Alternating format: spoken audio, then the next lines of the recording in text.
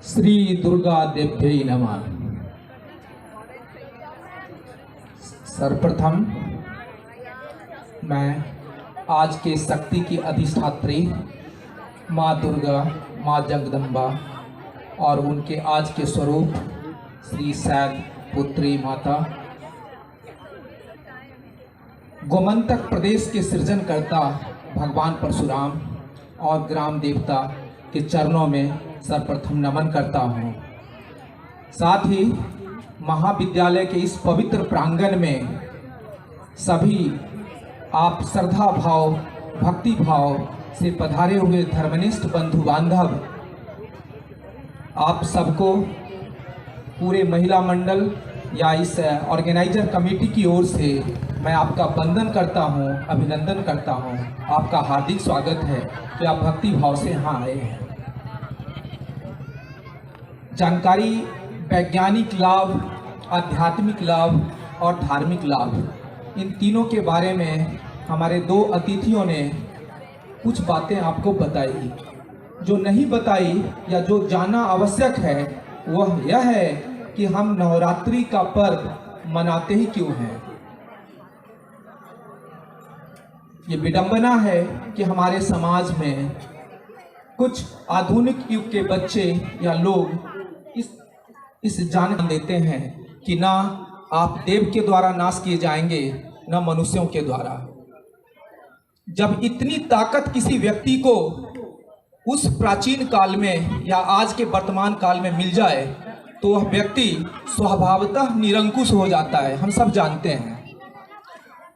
तो उस काल में भी वह महिषासुर सभी जगत में या भूलोक में देवी देवताओं का, सज्जनों का, भद्र पुरुष का अपमान करता है, उन्हें मारता है, उन पे अत्याचार करता है, उन्हें आतंकित करता है।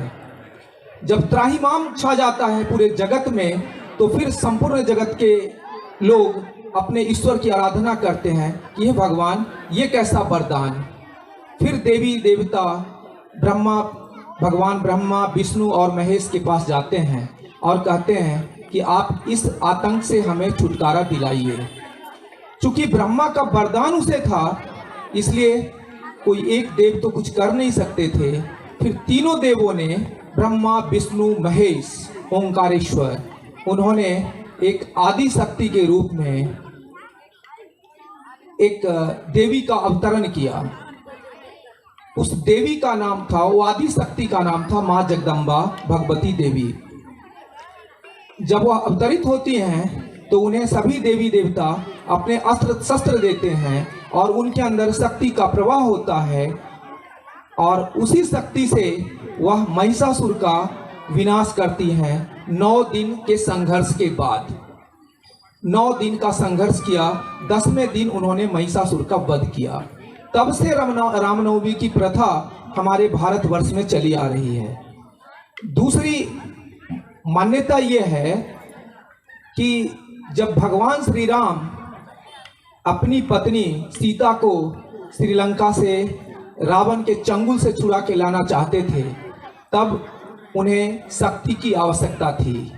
तो भगवान प्रभु श्री राम ने भी माता दुर्गा की आराधना की, उनकी साधना की और तब उन्हें माँ दुर्गा का आशीर्वाद प्राप्त हुआ और फिर उन्होंने संघर्ष करके और माता सीता को छुड़ा के लाया और 10वीं के दिन रावण का वध किया, जिसे हम विजयादशमी के रूप में भी मनाते हैं।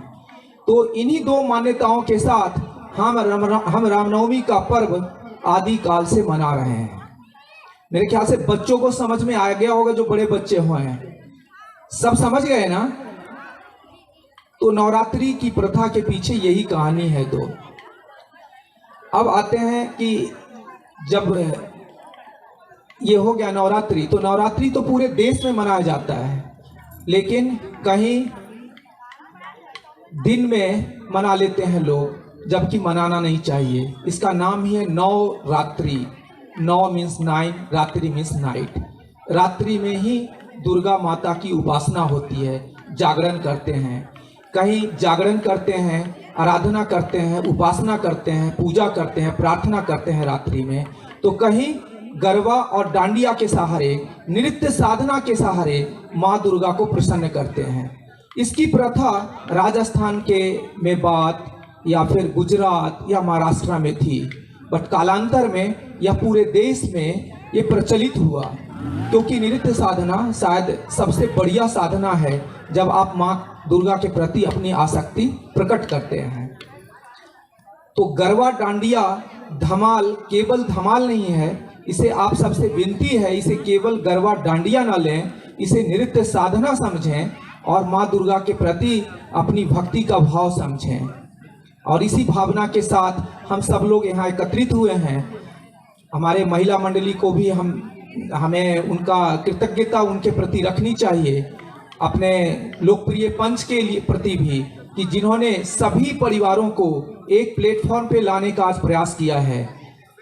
ये जब धार्मिक गतिविधि होती है, जैसा हमारे प्रोफेसर साहब रिटायर्ड प्रिंसिपल पाटिल सर ने बताया कि एक माध्यम होता है, एक मंच होता है जहाँ पे हम एक जगह आते हैं, एक दूसरे को पहचानते हैं, एक दूसरे में आत्मसात होते हैं, एक दूसरे की संस्कृति को अपनाते हैं। इसलिए कि आखिर देवी देवता या हमारे ये शक्ति स्वरूप माँ दुर्गा ने वध क्यों किया, ये महिषासुर का वध क्यों किया, तो आंसर तो हमें मिल ही गया था कि वह एक अत्याचारी था, वह निरंकुश शासक बन बैठा था और परेशान कर रहा था। तो इससे हमने ये समझाया, हमें समझ के लेना होगा कि उन्होंने दुष्टों का दमन किया। माँ दुर्गा ने, माँ जगदम्बा ने दुष्टों का दमन किया, पापियों का नाश किया, अन्याय, अत्याचार और उत्पीड़न का प्रतिकार किया, सज्जनों भद्र पुरुषों की रक्षा की, देवी देवताओं की रक्षा की। अर्थात जैसा कि प्रोफेसर साहब ने कहा, अच्छाई पर बुराई पर अच्छाई की जीत हुई। उन्होंने धर्म को संस्थापित किया। तो ये नवरात्रि का जो पर्व है ना, हम इसी अपने आराध्य माँ भगवती के आदर्शों और लीलाओं को जीवंत बना के रखते हैं। जीवंत बनाने का अर्थ हम इनसे सीख लेते हैं, हम इनसे प्रेरणा लेते हैं कि हमें भी धर्म के संस्थापना हेतु, अत्याचार के विरोध में हमें भी खड़ा होना चाहिए। प्रोफेसर साहब ने बिल्कुल सही कहा कि केवल एक धार्मिक अत्याचार ही नहीं होता, समाज में जितनी भी बुराइयां हैं हमें उन सभी बुराइयों पे जीत हासिल करनी चाहिए। उसके लिए हमें प्रतिकार करना चाहिए, चाहे राष्ट्र की रक्षा हो, चाहे अपने संस्कृति की रक्षा हो, सबका उत्तरदायित्व हमारे कंधों पर ही है। जैसा पहले उन्होंने बता ही दिया है, आध्यात्मिक, वैज्ञानिक और धार्मिक तीनों कारणों का वखान या उल्लेख पहले ही हो चुका है। तो आज माँ शैलपुत्री की आराधना है, जो उनका दुर्गा माता का प्रथम स्वरूप है, जिनके दाएं हाथ में त्रिशूल, बाएं हाथ में कमल होता है, और वह राजा हिमालय की पुत्री हैं, नाम से परिभाषित है शैलपुत्री। तो ये थी हमारी धार्मिक बातें, आध्यात्मिक बातें, कि जब ये नवरात्रि में हम 9 दिन का व्रत करते हैं, प्रथम दिन घट स्थापना करते हैं, कलश स्थापना करते हैं, उस दिन से नवरात्रि का प्रारंभ होता है। और हम 9 दिन बड़े साधना पूर्वक भक्ति भाव से व्रत धारण करके, शुद्ध और सात्विक भोजन करके हम माँ दुर्गा की उपासना करते हैं। तो यकीन मानिए, हमारा धर्म, सनातन धर्म एक वैदिक धर्म है, साइंटिफिक बेस्ड रिलीजन, सनातन वैदिक धर्म, सनातन वैदिक वर्णाश्रम भी इसे कहते हैं। तो ये हर चीज के पीछे साइंस जुड़ा हुआ है। हमने हर अच्छी चीजों को धर्म से जोड़ा है, क्योंकि हर आदमी वैज्ञानिक नहीं होता, वैज्ञानिक कारण नहीं जानता, लेकिन हाँ, धर्म की जब बात आती है तो सहजता से मान लेता है कि हमारे पूर्वजों ने, ऋषि मुनियों ने हमें ये राह दिखाया है, ये मार्ग दिखाया है। तो जब हम ये 9 रातों में उपवास करके माँ दुर्गा की आराधना करते हैं, तो क्या होता है, हम बड़े ही एकाग्रचित हो जाते हैं, हम सात्विक हो जाते हैं, हमारा मन मस्तिष्क स्थिर हो जाता है, बिल्कुल इधर उधर नहीं भटकता। ऐसा हम समझते हैं कि हम ईश्वर हमें सब जगह से देख रहा है, और हम अच्छा विचार रखते हैं, शुद्ध सोच रखते हैं।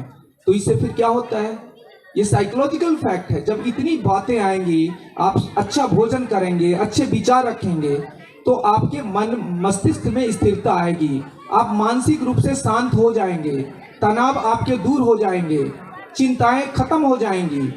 तो ये सारे वैज्ञानिक लाभ स्वतः हमें मिल जाते हैं।